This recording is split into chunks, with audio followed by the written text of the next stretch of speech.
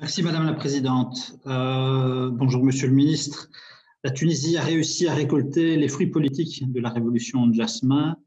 Elle n'en demeure pas moins fragile, non seulement politiquement, mais aussi économiquement.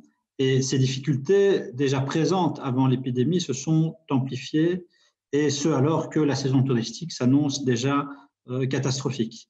Ce secteur, qui est pourtant vital pour le pays, traverse en effet sa quatrième crise majeure en 9 ans, donc presque une année sur deux de gâchets au niveau du secteur touristique. Alors le FMI, dans son rapport d'avril, annonce une contraction de la croissance de 4,3% et la Banque européenne pour la reconstruction et le développement de 2,5%.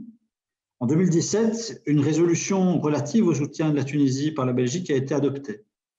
Parmi les nombreuses demandes adressées au gouvernement fédéral et qui allaient de la coopération militaire au soutien socio-économique figurait le renforcement de notre coopération au développement au moyen, je cite la résolution, de tous les instruments disponibles.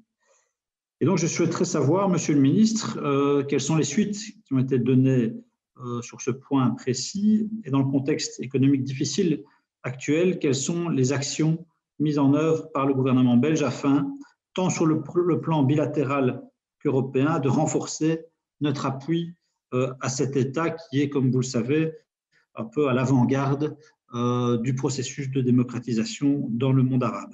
Qu'en est-il de la possibilité de faire de la Tunisie un pays partenaire de notre coopération gouvernementale au développement? Je vous remercie. Merci, Monsieur le Ministre. Alors, je retiens donc que la liste est encore ouverte. Il reste une place pour un pays supplémentaire.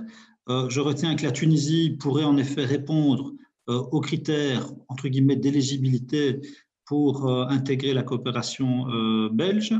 Et je retiens aussi que c'est une affaire qui concernera le futur gouvernement. Bien.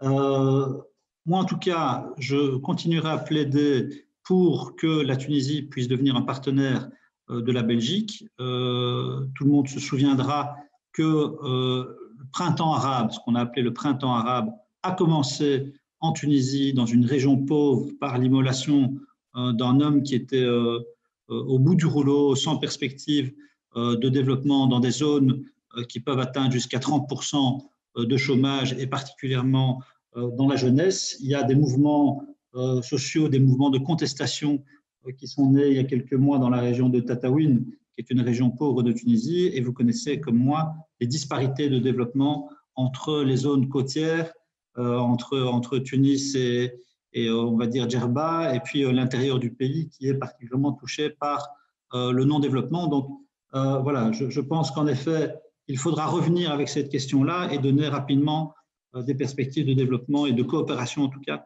à la Tunisie. Voilà, je vous remercie.